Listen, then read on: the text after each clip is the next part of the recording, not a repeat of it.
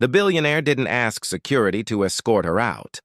He ordered them to drag her away from the boardroom table he believed she had no right to touch. Laughter erupted as her documents scattered across polished marble like garbage. "You don't belong in a room of power," he sneered, soaking in the applause of his spineless directors.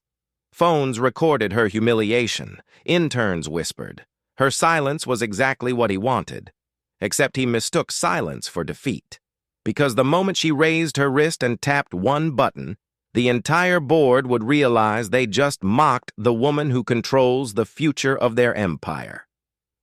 The boardroom on the 68th floor of Titan Investments gleamed like a trophy, a place where power spoke loudly and arrogance echoed louder.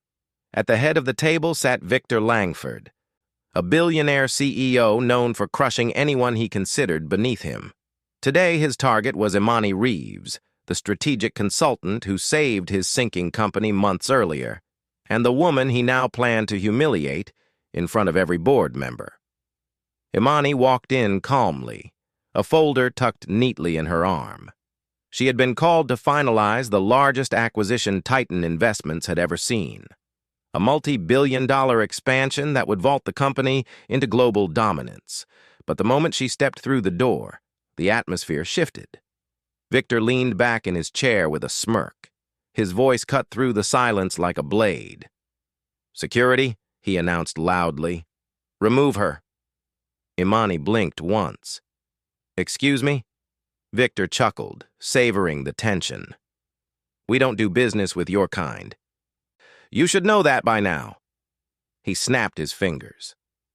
Two guards approached her from behind. Gasps flickered around the table. Some directors looked uncomfortable. Others laughed quietly, eager to impress their tyrant of a leader.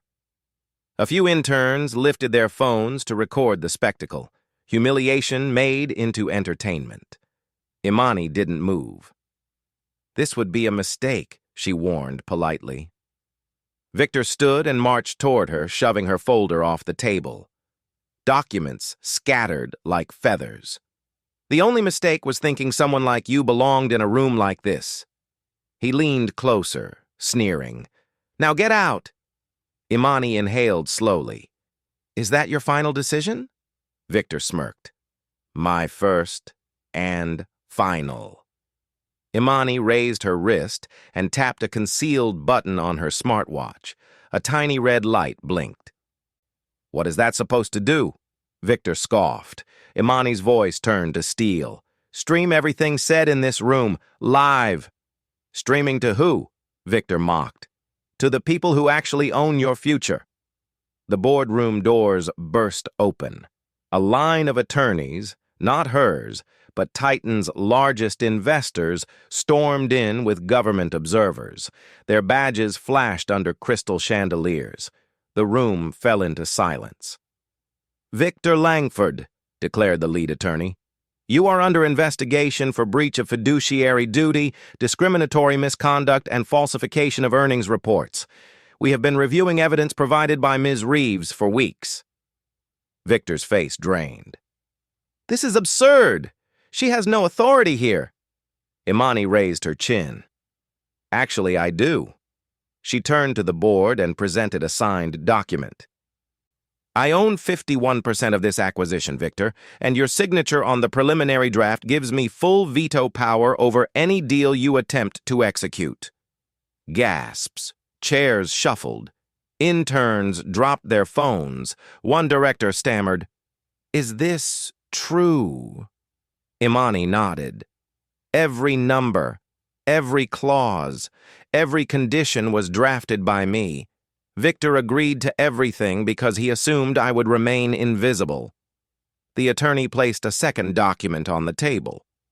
"Additionally, through a silent partnership with Arcadia Trust, Ms. Reeves has been designated your incoming CEO should your conduct be deemed unethical or dangerous to shareholders."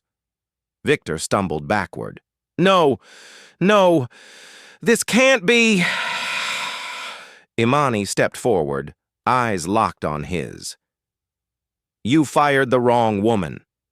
The Treasury observer spoke next. Effective immediately, Titan Investments is under federal audit. Accounts will be frozen pending investigation. Mr. Langford must surrender his credentials.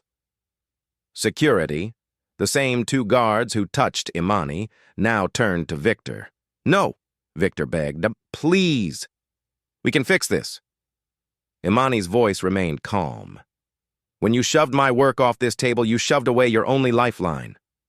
Phones buzzed as news alerts exploded online. Billionaire CEO exposed. Investor takeover. Live hashtags surged. Stock price plunged. Investors watching the live stream flooded the internet with disbelief. Victor collapsed into his seat. You don't understand. This is my empire. Imani looked down at him, unshaken. You never built an empire. You built a cage, and I'm setting everyone free. She turned to the board. All complicit directors will resign today. Anyone who laughed, anyone who filmed, anyone who let humiliation replace professionalism will have a decision to make. She paused. Step down quietly or be escorted out loudly. The directors scrambled, signing resignation letters, collecting personal items, begging for forgiveness. Imani addressed the employees next. Those who treated others with dignity, a better future awaits you. Those who chose cruelty, your time is up. The guards finally placed hands on Victor, his voice cracked. Imani, please. Imani leaned in, whispering just loud enough for the boardroom to hear. You thought you were destroying me, but all you did was help reveal who you really are. Security escorted him out, cameras flashing, live stream still rolling. His arrogance, once his armor, now broadcast his downfall to millions. Imani gathered her folder, the same one he tossed carelessly, and placed it back on the table where it belonged. She took the head seat, her seat. She surveyed the room and stated, A new era begins now, one where power is earned, not abused. The remaining staff burst into applause, thunderous, grateful, free, from humiliation to leadership, from silence to command, from underestimated to undeniable. Shocked by that ending? Like, share, and comment your reaction. Subscribe and turn on notifications for more stories where dignity wins and arrogance falls.